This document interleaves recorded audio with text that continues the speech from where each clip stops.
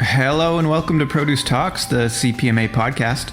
On this episode, we head to the trade show floor in Montreal for a live session from the Learning Lounge. This is the first of 5 Learning Lounge episodes that we will be releasing over the coming months. Technology was the topic for this first session. Our panelists get into blockchain, precision agriculture, automation, big data, and lots more, taking a look at how companies are embracing technology and how it is impacting the produce industry today. The session was hosted by Davis Young from Fresh Direct Produce, and our panelists included Scott Dagondon from Motorleaf, David Best from Duda Fresh Farm, and Keith Kuhl from Southern Potato. Welcome everyone to our Learning Launch session on technology impacting the produce business. My name is Davis Young. I'm the moderator for today's session. I'm the CEO of a company called Fresh Direct Produce. Based in Vancouver, we got 3 facilities in the West and importer, wholesaler. And this is a topic that I'm very interested as well. I'm here to listen to the professionals to talk about how technology is impacting their firm as well as the produce industry in general. So I'll start with everyone introduce themselves and maybe give an overview of what they see as happening in the technology affecting the business. We'll start with David. My name is David Best. I'm with Duda Farm Fresh Foods. I've been doing this for a while, like almost all of my adult life. And so there's been a lot of changes. You know, if you go back to when I started, there was no internet, there were no emails, there was no electronic data interchange, there were no, barcodes were in their infancy. So from there till now, just tremendous changes. You know, you look at today and you've got automated weather sensors. You've got sensors in the field that are doing moisture content so that you know how much water to apply and actually controlling the water automatically. There's not a person having to be out there and do it. There's lasers that are used to level the fields before they're planted.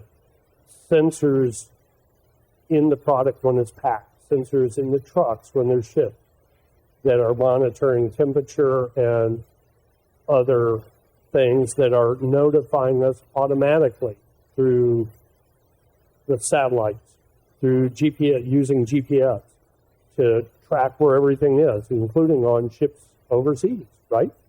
And 25 years ago, the big buzzword then was EDI. EDI was a new way of transmitting data.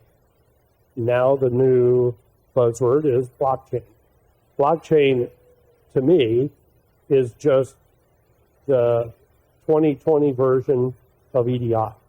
It may be secure EDI is just as secure as blockchain, but it is different. It is a different technology. It's another tool that's coming about. So, I mean, lots of things have changed in my 40 years, and I think, you know, it's hard to see where it's going to go from here, but it's going to get more complicated. And in some ways easier if you have more automation working for you. Keith? Yeah, so my name is Keith Kuhl. I'm a potato farmer from Manitoba. I was 7 years old when my father started growing potatoes in 1960. So I can virtually say that I've grown up with potatoes, done every job on the farm, and then eventually got to the point where I own the farm and run the farm together with my family. I've got 2 sons that are actively involved. Take care of all of the day-to-day business, and I get to go to meetings and conferences and stuff like this to schmooze with other people. The changes in those 58, 59 years are unbelievable. Back in 1960, everything was done by hand. If you didn't have a strong back, there was really no place for you on the farm. Today, the opportunities on the farm are incredible. I have one daughter as well, and one of my regrets in life is that I wasn't visionary enough to be able to see the opportunities that were on the farm for my daughter. My daughter didn't like to be dirty, didn't like to be on the fields. But in today's business, in today's farm, the opportunities are endless. And so I've been encouraging my family now to make sure, as the grandchildren grow up, make sure that they understand that anything that they want in life, the opportunities are there in the business. Scott? Hi, I'm Scott. I am the co-founder and director of artificial intelligence at Motorleaf. We are an AI company based here in Montreal. And so what we do is we try to link the data that a lot of greenhouses are collecting to their problems. So like most of fun stories that we hear from people, our first product was actually developed in Vegas. So we were there for a conference, and I remember one of the growers came up to us and started talking about, I've been collecting data for some 6-7 years, and I have this problem about protecting yield. Can you help me? So, I mean, to us, it was a very clear problem. We obviously are from Montreal, and we are the hub of AI in the world. So there's data, there's the tool, and there's the problem. So we said to the guy, we could do it. And so, the rest is history. We're here trying to solve the problems that greenhouses are experiencing. It's hard for me not to think about why it started in Vegas. Like your poker games and gambling with AI, and that's it. That makes sense. But maybe Scott, I start with you. Just how is the technology really impacting your customers, and what exactly you guys do? I mean, on a high level now, get more specific. Maybe give an example of how does that apply to a specific company. So for sure, I think AI, like most of the very new technology, is very controversial. A lot of people think it's just smokes and mirrors. So I would lie if I am going to say that we were very sure that it's going to work and that's it, right? So in the beginning, when we developed the first product, our immediate goal was to develop and verify it again. So that means like servicing another client, making sure that it works for not only greenhouses based in sunny weather. What if it's a greenhouse in a colder weather in the east? So it's helping a lot of our clients because they obviously get rewarded, and a lot of their margin and their revenue is based on their commitment to their distributor. So our ability to help our clients make a firmer, more accurate commitment in terms of harvest will help them get better pricing. So that is a game changer for a lot of our growers. Keith, what about your company, your potato growing practices? How technology is impacting specifically to you? Yeah, so technology has had huge impact on the farm. As I indicated earlier, I mean, early on it was backbreaking work. The mechanization that we have today is unbelievable. So that the amount of manual labor that you actually have to do is drastically reduced. Probably one of the biggest challenges for us in production by now is data management. We have so much data and so much information available, and it's a matter of making sure that we can find ways to layer that information and be able to turn that information into a visible form so that we can actually visualize the impact that it's going to have. Back when we started growing potatoes, everything was done by the field. So you would do everything on the field exactly the same from one corner to the other. Today we're farming the fields in zones where we've carefully mapped off the various zones on the farm and using variable rate application on virtually everything in order to maximize production and minimize expense. And I'm really excited because some of the discussions that we're currently having with some of the AI companies is going to lead us to the point where we can actually farm each plant individually. So our equipment will be set up so that as it's moving down the field, it'll be able to read the plant to determine what does that plant need and be able to provide either the crop protection product or the nutrient that plant needs, which of course allows us to improve our profitability, reduce our costs, and hopefully will also have significant impacts on our impact on the environment, and which will lead to greater sustainability. So David, I have to make a statement first. Seems like with all the shortage in salary out there, Duda has been able to ship still a significant amount of salary out there. Anything to do with technology, or is there anything behind what you guys are doing that contribute to that? Well, we have the longest history. We have the longest history of growing celery in the industry. We have 100 years. Lots of proprietary seed types. Because we grew up as a company in Florida where it's very wet, we're able to manage situations in the field, let's say in California or Arizona, when it gets wet and other companies might have problems due to it being too wet. We are able to handle that by our knowledge, our 100-year knowledge of growing in very wet conditions. We're just the big boys in celery. Somebody else is the big boys in lettuce, and somebody else is the big boy in corn. We just have a lot of celery, and we know a lot about it. We're still tight. The market's tight. We wish we had more to sell. I think sorry, I can just interrupt. So this 100 years of knowledge, how do you capture that? Was it part of the technology that your company is using that allow you to do better precautions, prevention, forecasting, and therefore to support what you're doing now today? We do a lot of forecasting that's looking at probably now about 20 years of history as far as selling and purchasing and also growing on materials that we've added to plants, different fertilizers, different pest control techniques, and all of that is stored in a very large database. And as Keith said, it's being able to get to that data and analyze it. And we have a very robust team that does business intelligence for us inside the company that take the needs of our sales force and our growing farming managers and put them together on building these forecasts on what we need to do. It still comes down to the guy in the field. So other technology things in the field is, it used to take a farmer, he could spend all day walking the fields, looking at the plants, looking at the soil, right? Well, today, he's doing that with a drone. And he can do 10 or 20 fields in a day where he might have been able to do one field before. That's a huge advancement on monitoring those crops.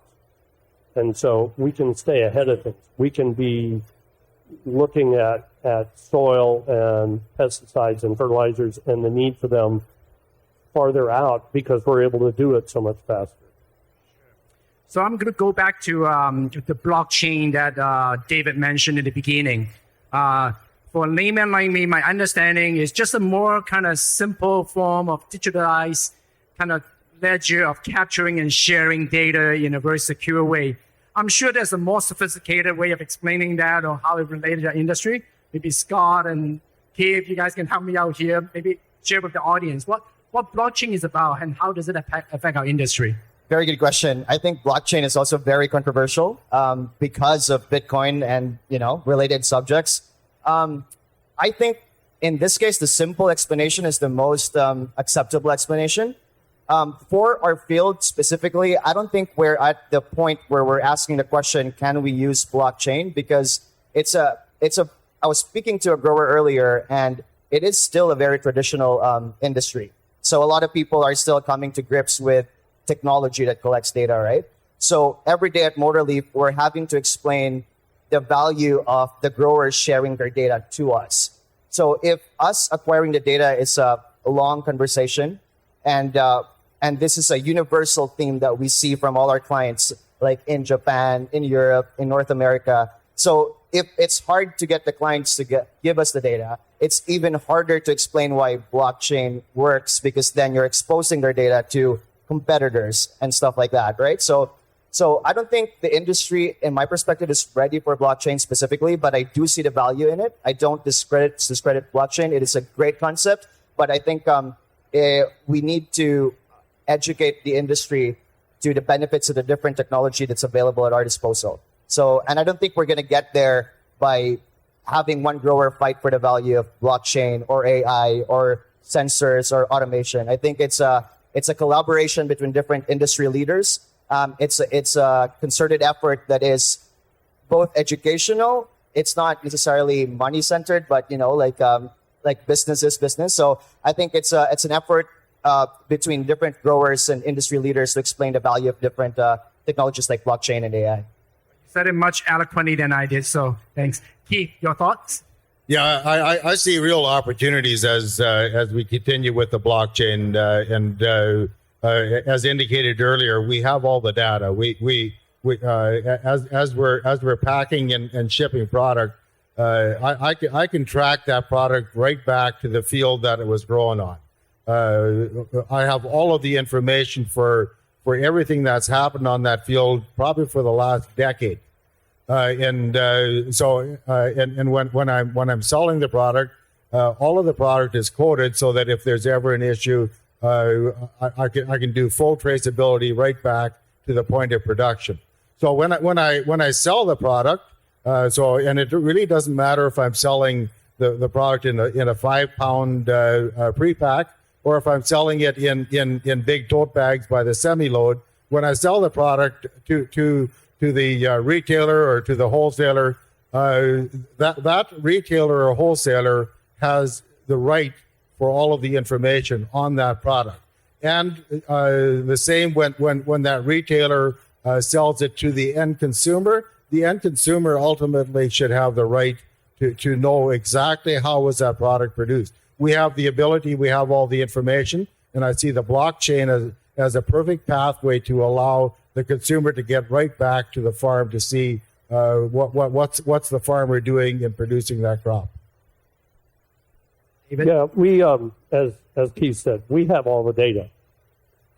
Blockchain is a tool that whether we're ready for it or not, we're being driven there by large customers that are saying, you're going to do it, okay? It's a tool. It provides some maybe greater level of transparency than EDI does, but it isn't, in the big scheme of things, it's not that much different than EDI. It is a way of blanketing maybe a group of people with the same thing, but it just gives another methodology. Again, we're being dragged there. The world's going there, whether we want to go with it or not, and so we're going to have to buckle up and learn a new technology. And it's, if I go back 25 years to when I went to my first EDI class, and EDI was the new big thing. It was foreign. It was like today looking at blockchain. It was more foreign then because I can relate blockchain to being similar to EDI. Back then, you didn't have anything to relate it to. So I think the transition will be easier. However, we have the data, right? But they're going to ask for more types of data that maybe we don't have. That's where the challenge is going to be. When they ask for data points that we don't currently capture in a computer, maybe somebody's capturing it on paper, but for blockchain to work, it's got to be captured in the computer. So if somebody's out there, if a customer says, we want you to tell us this piece of information, and we haven't already automated something to capture that, that's where that next level of automation comes, is capturing those data points that they're going to want transmitted in the blockchain. I would jump in here. I love the contrasting views of the readiness of doing blockchain and the different perspectives. I just did some little research and look at the pilot project that one chain stores did on mangoes back in 2018. And just if you want to read something before you go to bed, there's a 12-page white paper by IBM, and it talks about how the project helps the company to reduce the traceability from 7 days to 2 seconds.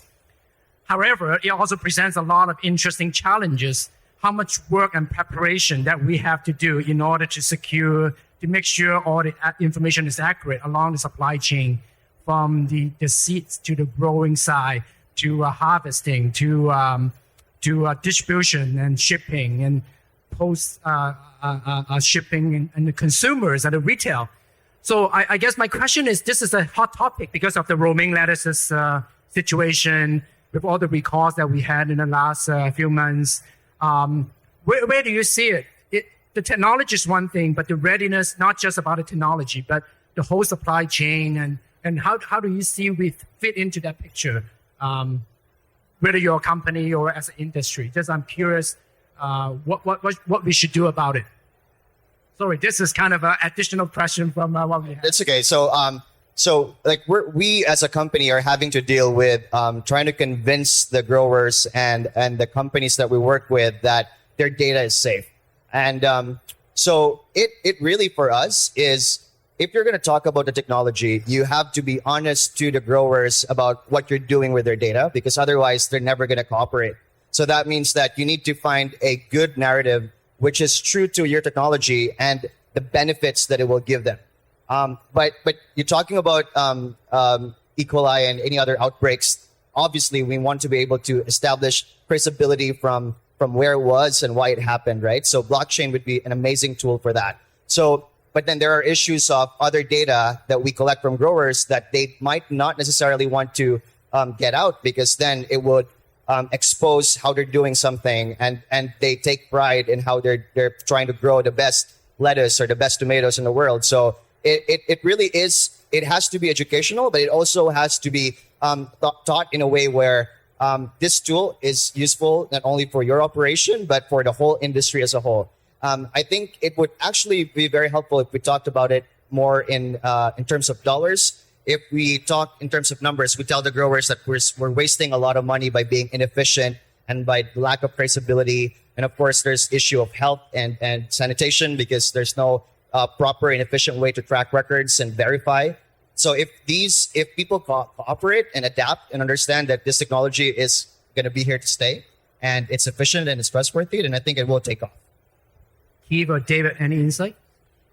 Yeah, so certainly security of the information is a concern. With all of the information that we've heard lately on cyber attack and stuff like that, we certainly want to ensure that the portal that we're using is one that will not put us at risk. I think the other thing is that different platforms use different methods to store data or to show data. I'm certainly not an IT expert, but as we open up and allow information to flow into a blockchain, I'm assuming that we also have to ensure that information is going to flow in a form that's readable all the way through the blockchain. And we already have all of the information on computer, so providing that information wouldn't be a problem. It's a matter of what venue do we use to get that information through. David? We live in a world of transparency. We have to be transparent in what we do, whether it's because of, in the United States, because of PACA, whether it's because of SFCR coming here in Canada. The transparency is there. But on the other hand, as Keith said, nobody wants to share more than what they have to share, because that might, what you're sharing might be a competitive advantage. And you don't want to let that out, because now you just become one of the crowd. So everything's great. We could ship romaine for the next 20 years, and if there was never an event, everybody would be happy. We wouldn't need blockchain. We wouldn't need any of that, right? But the moment we have an event like we just had, that's when it all falls apart. And that's when everybody wants transparency instantly, when the government agencies want it, when the medical agencies want it. What blockchain, unfortunately, won't solve is that how long it takes before they can identify that they have an event. You had the romaine started, we weren't notified until what? Weeks and weeks and weeks after the problem occurred. All the romaine was gone.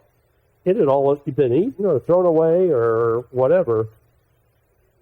If you can't get the notifications from let's just say from the government or the medical industry, we can't help prevent things. I mean, obviously, we do everything we can do to prevent outbreaks, and all farmers do. Every farmer does. But if there is an outbreak, the sooner we know, the better. Blockchain's going to get us backwards faster, just as EDI would or our own systems would. It's how quickly can we get told? Before I ask the last $1 million question and turn the podium to the audience to ask questions, I'm going to ask each of you, if you have the crystal ball for the next few years, what is kind of one technology or one thing that you feel that will impact our industry the most or your company the most? And what do you think that we can do about it? Scott? Sure. I think that's very easy. I think I consider data as technology. So I think that would be the biggest factor that will give impact in a lot of the companies in technology that are trying to penetrate the ag industry. So I think I always say this, without data, there's no AI. So if there's an AI company saying that we build AI and they don't have data, so they're probably lying. And people need to see that a lot of times the solutions to the problems are hidden in the data. So for us as an AI company, we want to be able to deliver technology, but not only that, also articulate to our target market that we value data and we handle it very securely, and that we have very specific goals of identifying their problems that are that the whole industry is plagued by, and we're going to use those data to help them solve those problems. And solving the problems basically means that they're well prepared for disasters. They are well prepared with labor. They're able to get the right profit margin for their business. So overall, I think data is very important. So if we collect it, we treat it, and we know how to handle it securely, then I think we are in for a very good future. Thank you, Scott. And Keith? Yeah. So one of the things that we're told is that if you can think about it, it can be done. Certainly from the experience that I have on the farm, I'm a firm believer in that. And so I think we have to become very visionary in what are the things that we would foresee wanting to be able to do 5 years from now, 10 years from now. I suspect that as we do that, the 10-year goals would probably be accomplished by the 5-year timeline, because things actually move much quicker than what we think. In production, we know that your best production is always when your plants are growing in an optimal environment. Certainly, the greenhouse industry has demonstrated that.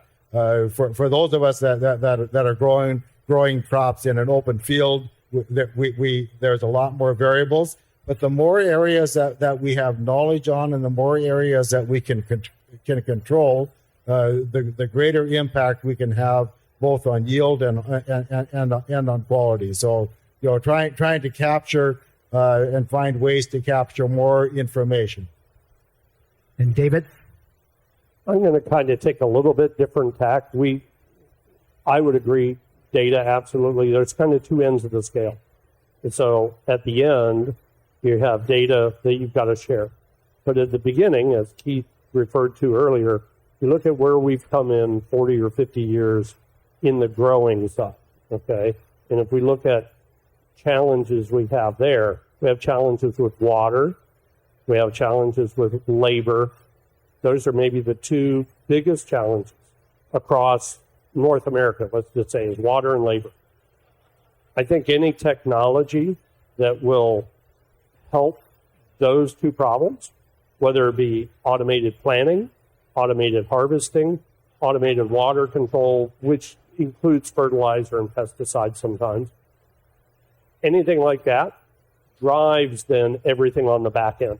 Once you have the yields, as Keith said, and you have the forecast, now you've got your data and you're going to share, okay? But you've got to get there by growing it properly in the first place and keeping records of what you're doing. That's part of those data points that eventually is going to be part of what comes in blockchain. When I hear about data capturing and then automation, and then blink, two companies came to mind, Amazon and Alibaba, and just have to think about that, what possibly the world could be in 5 years and what are those impacts. So I'll turn it to the audience. If you have any questions around just what we had just discussed or technology in general, and please, we got a panel here that would like to take some questions. Hi, Karen. Good afternoon, everyone. We're talking about technology, but we haven't talked about access to capital to finance that technology. Can you comment on that? I can talk a bit about it. My job for most of the last 40 years was building an in-house ERP system. Biggest, as defined by somebody that worked for SAP, the largest ERP they had ever seen outside of SAP. The last 5 years, our company has been implementing a new ERP system that is, I hate to say CAN software, but I'll just use that term, CAN software, that now we're reinventing the wheel. We're rewriting the CAN software to do what our business really needs it to do. There's been a lot of funding that has to go into that. I think the banks or the people with money see the value of technology. They know that's where everything's going. I don't believe we've had any problem getting money to do this. I think anytime you talk about automation that's going to drive better profits at the end or better safety at the end, then the people with the money are going to not hold back on using the money. So as I indicated, I've got two boys that basically take care of all of the day-to-day responsibilities within the company and on the farm. So one of my greatest responsibility is to maintain a very good relationship with the banker. It's not very many years ago where $1 million was a significant amount of money. In today's business world, $1 million is pocket change. I can assure you that for my two sons to spend $1 million would take a very short period of time. When you go to buy one tractor and that tractor is going to cost you $750,000, that's one example. So of course, trying to access that capital, but then also trying to ensure that your business model is one that can support and service the debt that you have. So if you're in business today, if you don't believe in yourself, you're in trouble right from day one. So you have to assume that, or work with the knowledge that you can always do better than what the bank is going to charge you, and then work to ensure that you're accomplishing that as well. The other area, and I tend to be somewhat of a dreamer, and I would dream to the point where Agriculture, Agri-Food Canada would actually at some point have agricultural programs that recognized farms that were identifying and mitigating their risk, rather than paying them through programs like Agri-Stability for not accomplishing their goals. I share exactly the same views. I think being very honest with the value proposition would be essential especially for startups like us. I think it's understanding what unique value you bring to the market and specifically to your clients, and that means understanding their problems to the core. And I think a lot of it is also collaboration. So I think being able to talk about the technology in terms that is understandable by the growers and business owners, and being able to quantify the benefits and return on investment that they're going to get because of the technology will basically solve a lot of the challenges that we're experiencing today. So I'll add on this one, Karen. We recently brought in a private equity investor into our business. The whole idea is to access the capital to help us scale the business, invest in technology, invest in infrastructure, the people. And there's actually plenty of capital out there in venture capital, in private equity. Also, there are funding from governments, provincial level and federal level. So there is actually a lot of resources available to the industry. So the key is to go and look for it and being proactive. If you've got a good idea, if you are driven, you are proactive and going about it, I feel there's plenty of opportunities. Jane, do we have time for one more question or a couple more? Any other questions in the audience? Or comments? Jason? Just to add to the access to capital, a comment on the last federal announcement from the federal government of Canada, the economic announcement. They said that you can now in Canada get 100% tax write-off on any type of investment you make in certain types of technology and computer software like artificial intelligence, for example. You can get a 100% write-off now. Great. Thank you so much, David, Keith, and Scott, for your insights and contribution. Thank you everyone for coming. Thank you. A big thank you to David, Scott, and Keith for participating in the Learning Lounge. And thank you all for listening. Stay tuned for more great content from CPMA. Until next time, fill half your plate with fruits and veggies, continue to seek out new knowledge, and basically never stop growing.